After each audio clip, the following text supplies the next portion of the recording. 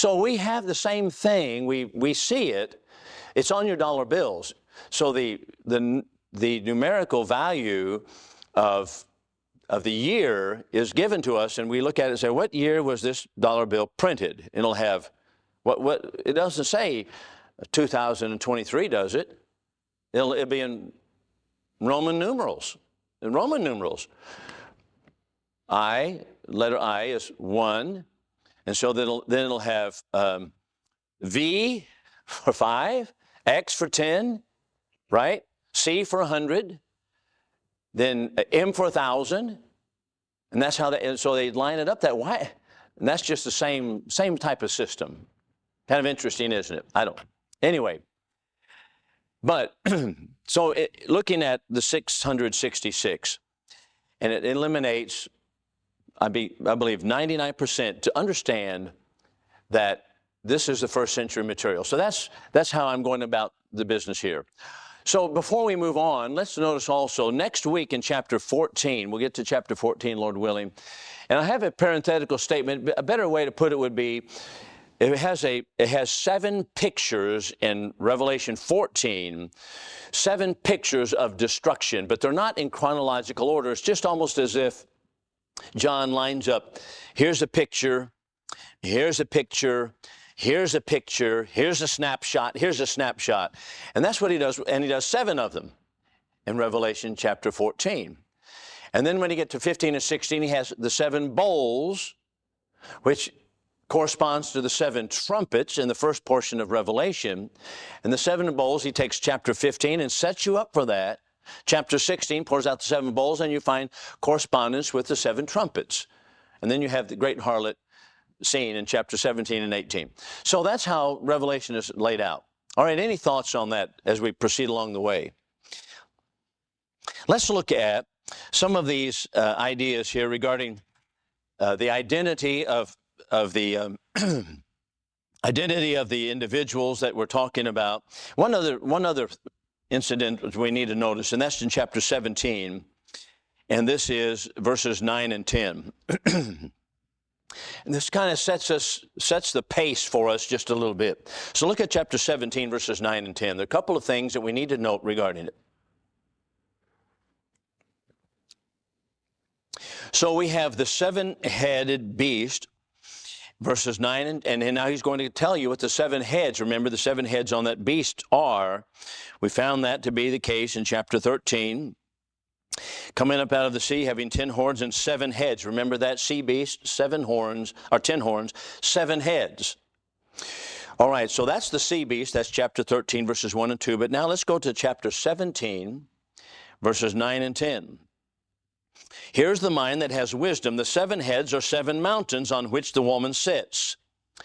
All right, the woman has been introduced as a harlot. I believe that to be Judaism in chapter 17. So, but the interesting point here is the 7 heads are 7 mountains. What is generally understood to be the case, not only in history, but even today, the 7 hills represents the city of Rome, 7 hills. And so you've heard people talk about the 7-hilled city of the Caesars. And they have the Capitoline Hill, the Hill of Palatine, but there's 7 of them. And so that represents apparently Rome, and according to 17 in verses 9 and 10. Then we have verse 10, he has also now 7 kings. So one of the interesting facets of the entire prophetic program here is that the 7 heads represent 7 hills, Rome, but at the same time it represents 7 kings. See that? So there's a twofold reference here. 7 heads are 7 mountains and also 7 kings. All right, so what does that mean? Well, he tells us who is now in power at the time. 5 are fallen, 1 is, and the other's not yet come. And when he comes, he must continue a little while. All right, let's just in our minds trace the course of all things accurately if we can. We have 7 kings, 7 mountains, but now also 7 kings. Now he tells us 5 kings, 7 heads represents 7 kings. 5 of them are fallen. Who would they be? All right, we'll start with Julius Caesar. Then we go to Augustus, who who was the king when our Lord was born. Then we have Tiberius. Tiberius was the emperor when Jesus was in manhood. And when they brought him a coin, it was the image of Tiberius on the coin. After Tiberius was a man by the name of, they called him Gaius, but they changed his name to Caligula, or he changed his name to Caligula. It was, forgotten exactly what it means, but it represents some dark, it was a very dark character. And then you have a man that was fairly good, better compared to the others, I should say. That's always a relative term. But his name was Claudius. And Claudius is mentioned in the book of Acts. Claudius was he who expelled the Jews from Rome. And we read about that in Acts chapter, what is that? Acts chapter, what is it? Is it 18? I've forgotten where that is in the book of Acts. And Claudius had expelled the Jews from Rome. And there were two Jews that had been expelled, and they were Aquila and Priscilla. Remember? Let's see. I think that's where it is. Let's see if that's correct. I think it's Acts 18. Yeah, Acts 18, verses 1 through 3. So when Paul came, he left Athens, came to Corinth. He found a Jew named Aquila, a man of Pontus by race, lately come from Italy with his wife Priscilla, because Claudius had commanded all the Jews to depart from Rome. So there was already an anti-Semitic movement there. So that was number 5 king. So the 6th would be whom? Nero. Nero Caesar was number 6. The 7th was a man, because when Nero committed suicide, he ran a dagger through his own throat. The government had turned against him. His inner Praetorian Guard had turned against him. They came to rescue him, or came to exterminate him, rather. And he didn't want them to kill him, so he killed himself. So Nero, but when that happened, the empire looked like it was going to collapse. And so there were several generals that were in the field that took command of things, and one of them was Galba, and then there was Otho and Vitellius. So all those 3 are the next ones. So Galba was next, and he was only a short time, less than a year. Otho is another military general. They were just fighting one another, and then Vitellius. And then you have, after that, of course, Titus, Vespasian. So that's how it was lined out. So if we look at that lineup of emperors, you have Julius Caesar to Nero.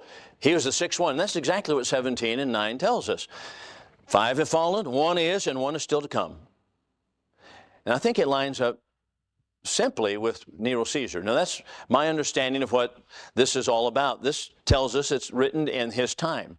Are there any thoughts on that? Any questions pertaining thereto? Yes, ma'am. Verse 11 in chapter 17.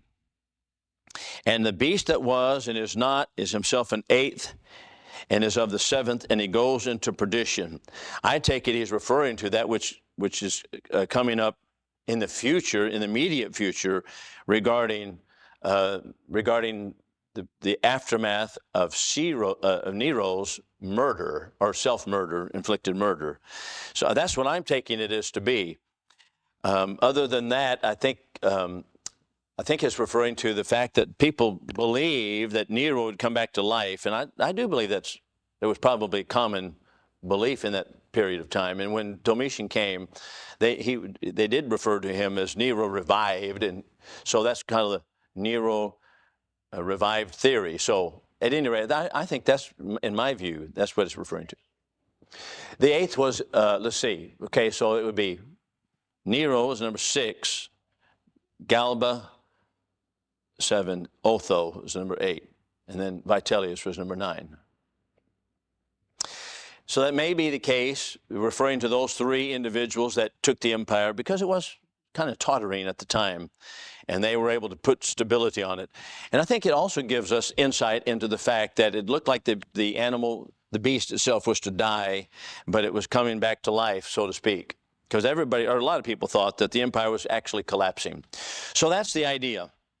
All right, let's, I don't know if that's helpful or not, maybe more confusing than is helpful. I believe in chapter 13, you mean? Oh, yeah. Oh, okay. Yeah, right. Right. That's correct. Yeah, 17. Yeah, I believe that's Rome. Right. All right. There's the matching girls right there. Yeah, that's right. So we're in Revelation, and we're in chapter 13.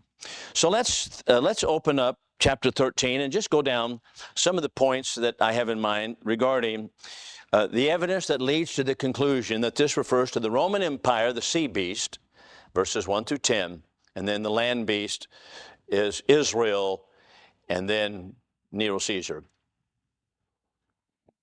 So this is a matter of what I think it might be called a cumulative evidence. There's just not one thing, so okay, that's it. But I think the accumulation of these particular facts, at least in my mind, leads us in that direction. So number one would be the beast location. And by that I mean in chapter 17, well, let's start at chapter 13 and verse 1. The beast comes out of the sea, and that would be, of course, from proximity to Jerusalem, because this is where the emphasis is, it would be across the sea. But if we go to chapter 17 as well, you have in verse 7, the beast is carrying the woman, which I take to be a reference to Israel or Judaism, as well as verse 9 that we've already looked at. Plus, we have the 7 heads or 7 mountains, and so I think that's pretty clear on that one at least. Then you have, back to chapter 13 now, verses 1 and 2, you have the authority that is granted by the dragon to the beast. That's interesting. You see that at the end of verse 2. The dragon gave him, the beast, his power and his throne and great authority. But in turn, let's look down at verse 7. It was given to him, to the beast, by the dragon, to make war with the saints and to overcome them. I think that shows us persecutions by the Roman Empire. But I do believe it identifies the beast as the Roman Empire. You might also notice verse 12, where the land beast exercises all the authority of the first beast in his sight. That is, there is an order here, the sea beast over the land beast. Judaism, or the procurators of Rome, however you want to put it, as the land beast, they exercise the authority from the sea beast. That would be Rome. Number 3, we have the chronology that is given in 17 verses 9 and 10, which we've just looked at. We won't go over that again. Let's also notice the character of the beast. Verse 2, chapter 13. You have the cruelty of his nature. Simply by the mouth of a lion, the dragon gave him his power. But more so than that, verses 5 through 8, a mouth speaking great things and blasphemies, and there was given to him authority to continue 42 months. So we have blasphemy, gives us the character of the beast. Then we have the number of the beast, which is 13 and 18, which we've already discussed here. And I want to emphasize this.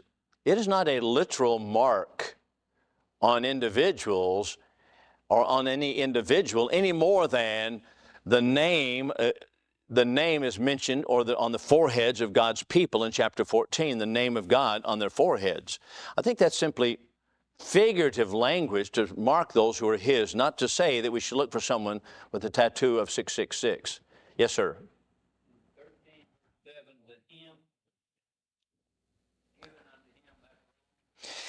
It was given unto him, right, I believe that's Rome. Him is Rome by the dragon to make war with the saints and to overcome them. Because it is, and it does show us something very important. I'm glad you mentioned that. The important thing is to note that governments and authorities in government are actually exercising power of Satan, and they are actually simply workers for Satan against God's people, and that's what's going on here.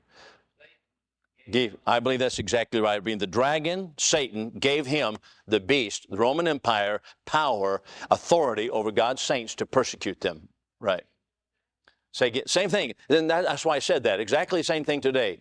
We have exactly the same thing today. And it's one reason that I try not to be at least, I try not to be angry at the people such as the political leaders that are taking us in the wrong direction. I think they're completely, lost. But to say it nicely, but I have to remember that the power that they receive against God's people really derived from Satan himself.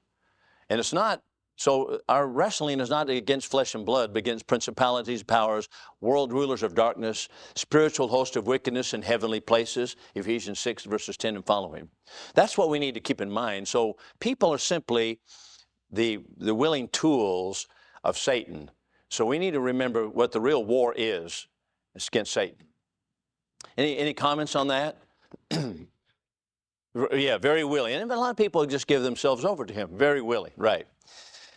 Yeah, so I think that's, I'm glad you brought that up. That's a good point on that one.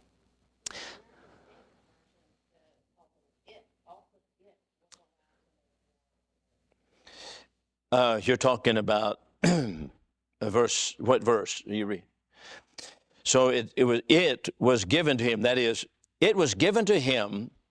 What was given? Authority. That's the it is the authority. Authority was given to him. The ASV does not have. ASV says, and also it was allowed to make war. Unto him to make war. So my ASV reads, it was given to him to make war with the saints. It was given. So yeah. I think. Well, the principle is the same, whether the him is there or not. It is allowed. Roman Empire was given authority by Satan to make war with the saints. And I think that's the message still. Yeah, right. Well, no, I'm talking about the it is referring to the authority. The authority was given to the Roman Empire by Satan to make war with the saints. The authority. So we come back, let's go back up to verse 5.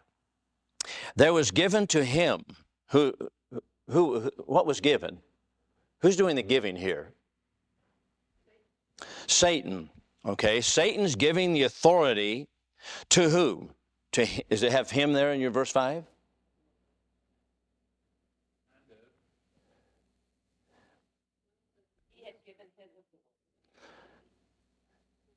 There was given to him a mouth speaking great things and blasphemies, verse 5. So there was given to him, Satan gives to the beast a mouth speaking great things and blasphemies, and authority to continue 42 months. It was allowed to exercise 42 months, yeah. Oh. Well, Satan, okay, we have to back up all the way back here to verses 1 and 2. Let's go back to verse 2. The beast which I saw was like a leopard. His feet were as the feet of a bear. His mouth is the mouth of a lion. And the dragon gave him his power. All right. So, all right, who was given the power? Rome, or the beast. All right, the beast, which I take to be Rome, was given power. Who was the giver of the power? Satan is the giver of the power. So, say again. That's right. The dragon, Satan, gave the Roman Empire his authority. And that's the whole understanding of what's going on. How does your verse 2 read? Yeah, verse 2 of chapter 13.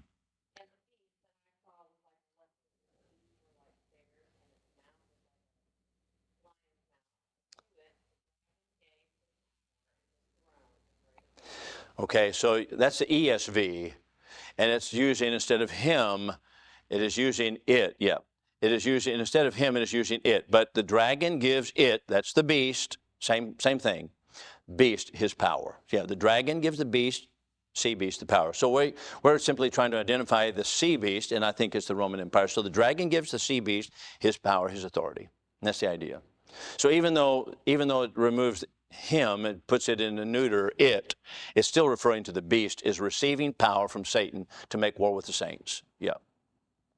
Yeah, that's right. So sometimes that just highlights, some translations have it a little bit differently. So we're not, have to be careful about hanging too much on a singular word. And then we have chapter 13 and verse 3.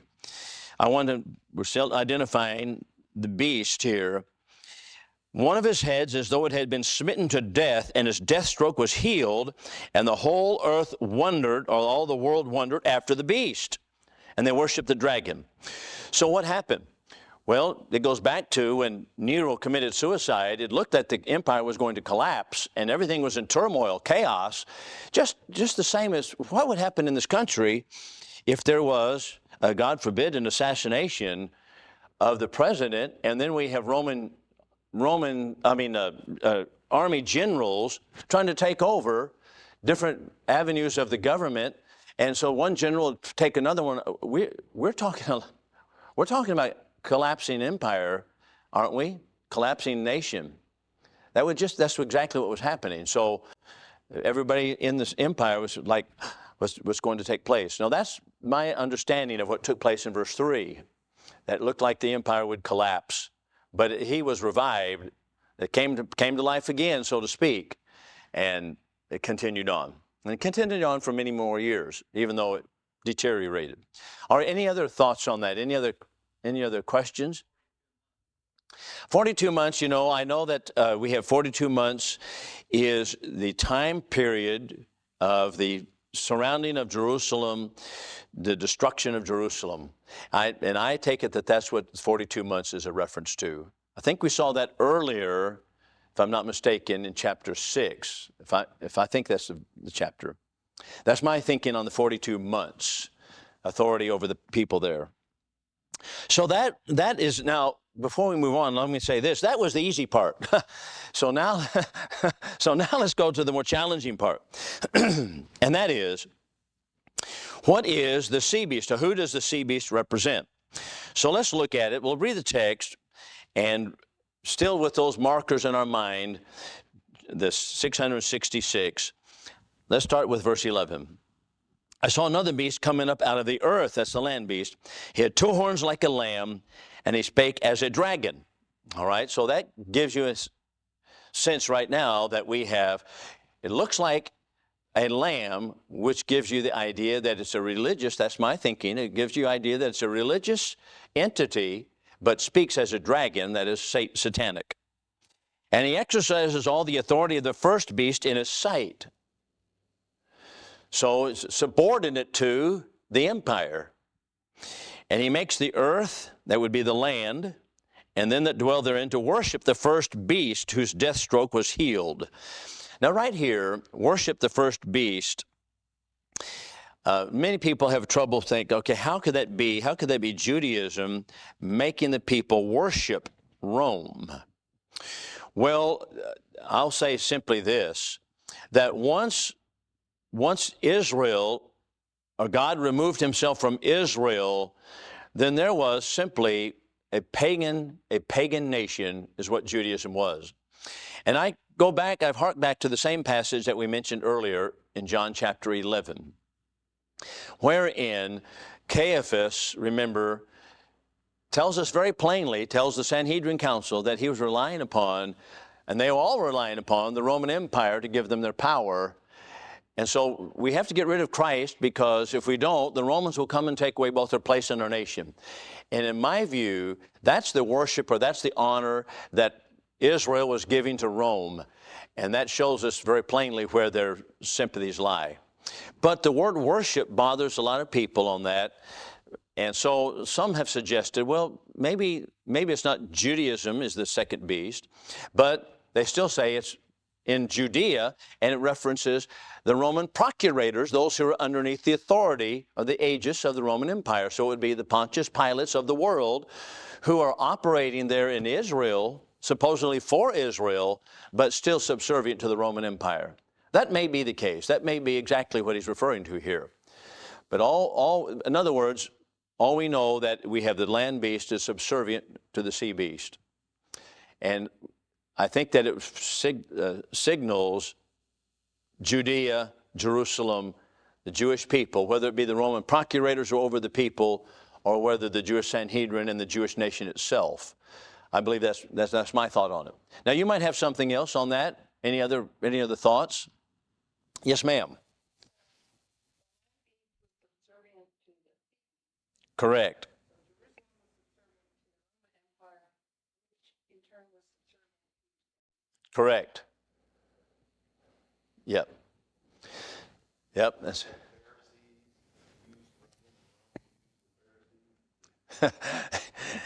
You know, that's a good point, really.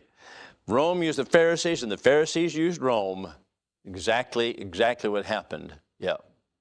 Utilized each other. In order to bring about the satanic power or the satanic design, specifically, in that case in John 11, to murder the Messiah, but then later also to murder Christian people, as we read in the book of Acts. So when we go to the book of Acts, just as Dan pointed out, regarding the power and the authority that they relied upon each other, all of the persecutions that came about from Jews. You say, well, some of it came from the Roman governors. That's true, but that was all because they were manipulated by the Jewish people. You cannot read Acts and not come away with that conclusion. And so that's how Paul puts it in 1 Thessalonians 2 and verse 16. He says they killed the Lord Jesus, they drove at us, they pleased not God, they're contrary to all men. But the wrath has come upon them to the uttermost. And I take it he's referring to the destruction of Jerusalem. That's 1 Thessalonians 2 and 16. So that's my understanding of what was going on, and that's what's happening in Revelation 13. Any thoughts on that? Remember, we need always keep in mind the relevancy of the first century listener and the first century reader. So then we have the signs that are given in verse 13. This is interesting. This is the land beast, does great signs that he should even make fire come down out of heaven upon the earth in the sight of men. He deceives them that dwell on the earth or in the land. On the earth can be in the land, by reason of the signs that was given to him in the sight of the beast, saying to them that dwell in the land that they should make an image to the beast who has the stroke of the sword and was healed. Let's go back to Matthew 24 for just a moment, and verse 24. One of the signal points of the chapter that Jesus gives us before the destruction of Jerusalem is the fact that there would be great signs and wonders and false prophets. This is verse 24 of Matthew 24. There shall arise false Christs among whom? The Jews. The Jews. False prophets. They will show great signs and wonders so as to lead astray, if possible, even the elect. That was going to take place among the Jews. I told you beforehand, verse 25. So that's precisely what we have in Revelation chapter 13, verses 13 and 14. There will be signs and wonders that are offered. And these would be to deceive people that are the elect. That would be Christian people. Notice also verse 16.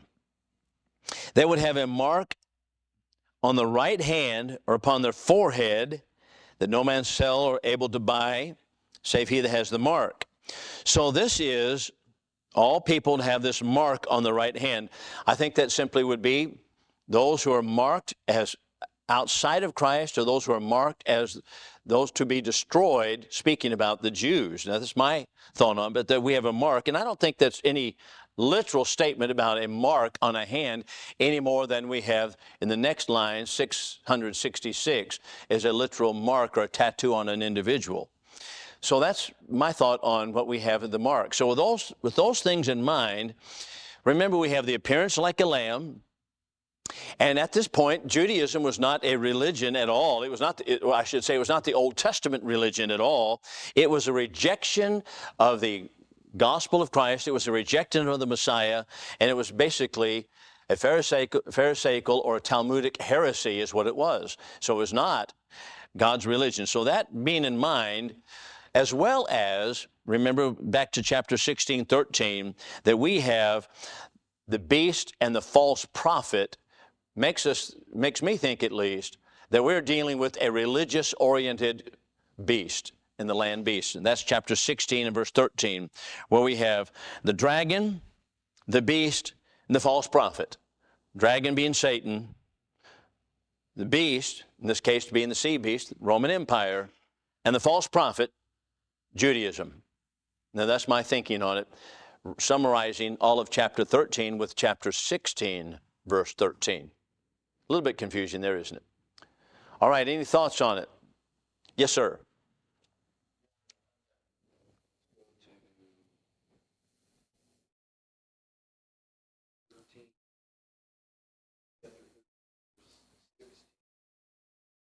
Does he force everyone small?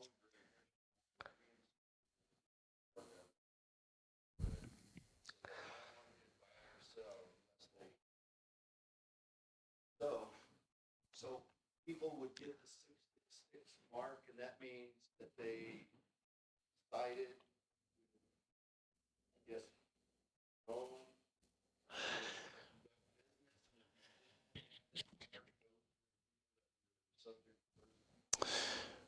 Well, okay, I would not, in my first place, my understanding is not that the mark is the same as the 666, but the 666 simply identifies the man in verse 18 as the individual who is the emperor at the time. But the mark is simply, I think, a symbolic reference to exactly what you said, and that is that Rome has the confirmatory power, who's going to be able to do any kind of business and what kind of business you can do. And I believe that's exactly right, as you put it there. That they, under their auspices, all business was conducted. And so Christians are on the out. It's just the same as it would be in America if they said, you know, you're going to have to honor the president, and you're going to have to show that you honor the president this way, or you're not going to do business. And that's I take it to be the mark of the beast in that sense. Yeah. Now that's my thought on it. What are your thoughts on that, Dan? Do you have any? No, I mean that's how I'm understanding. Seems like since this calls for wisdom, as it's like let them calculate the number of these. It goes on just saying that I just see it as a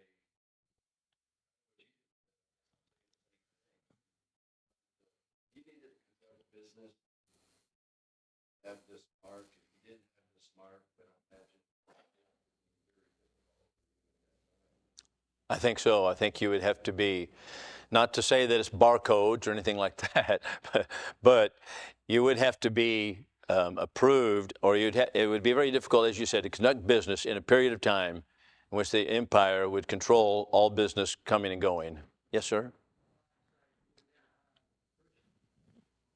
Well, if you identified as a Christian, it sure was. That would be very, very tough on you. What Dan was saying, yeah, it would be very, very difficult. And we know that it was for first century Christians. We don't know anything about that in our own lifetime now, but it could get that way. But that's how it was for first century Christians. And so, for example, one of the things that they required Christians to do, so if we move into the second century, early second century, just probably 40 years after this book was written, there was a governor by the name of Pliny, and he writes to the emperor at the time, and Pliny is wondering how are we going to handle these Christians because they refuse to do obeisance to the state. And the way they showed their obeisance to the state was they would have to actually worship or show an insignia that they worshiped the image of the emperor. And they have to either kiss it or show that they would do some kind of worship to the emperor. And that's how they would have to do it. So he said, well, these Christians are not doing that. So he writes to the emperor, and this is the letter that was preserved for us. He writes to the emperor at the time, what shall I do with these people? And so first he was killing them. He said, you know, you're not going to worship, or you're not going to do some kind of obeisance to the statue of the emperor, then we're going to kill you. That was Pliny's quandary, that he was not able to do that, and but he was putting them to death. And so he rushed the emperor and says, what are we going to do about this? Because they're not paying attention. And the emperor basically told him that, it would be a personal judgment in that case. He doesn't necessarily say persecute them, but so they backed off the persecution a little bit. But Pliny had been in his governorship, and he was governor, by the way, in Asia Minor. But that's what his quandary was. So that kind of goes back to what you were saying, Dan. Yeah. I know I'm kind of getting off course here, but I kind of think, how would you react today? Like if, you don't follow us, take away your job, take away this. Sometimes think that your faith is strong. Test. How are we going to react? You know what? I think that is exactly the point of the class, and that is something that's always on my mind. How are we going to react? Because some of those things have already, in some senses, occurred. Right. That's right. And your own person might be at risk. So it would say, okay, so here's what happened. Just carry on the story a little bit further. Christians in the 2nd and 3rd centuries, some of them would relent. They'd say, you know what? Okay, I don't want to be put in prison, and I certainly don't want to be burned at the stake. So I'll go ahead and worship the emperor's image, and I'll repent later. So they did. But other Christians says, no, I'm not going to do it. I'm going to stand on principle. Well, what happened was many of those that stood on principle, they died, but some of those continued on in the churches. Now, after that persecution was over, some of those who had said, well, I went ahead and worshiped the beast or worshiped the emperor's image, and so now I repent and come back. And they're saying, not so fast. You can feel that, because if you lost a family member who said, if Dan said, I'm not going to do that, and he was taken out of the way, and I had collapsed, and I said, well, okay, I'll do that. And then I come back and say, well, I'm sorry I did that. Let me come back into the church in good graces. That'd be hard, wouldn't it? Because you've lost a husband who stood on principle, and I relinquished my principles. And that's the problem today. We don't have many principles by which we stand. So, yeah, perfect illustration right there, Dan, that you mentioned. Anything else? I'm sorry we've gone over. I know that you just can't wait to get into the next hour or so. Okay. All right. Thank you for your participation.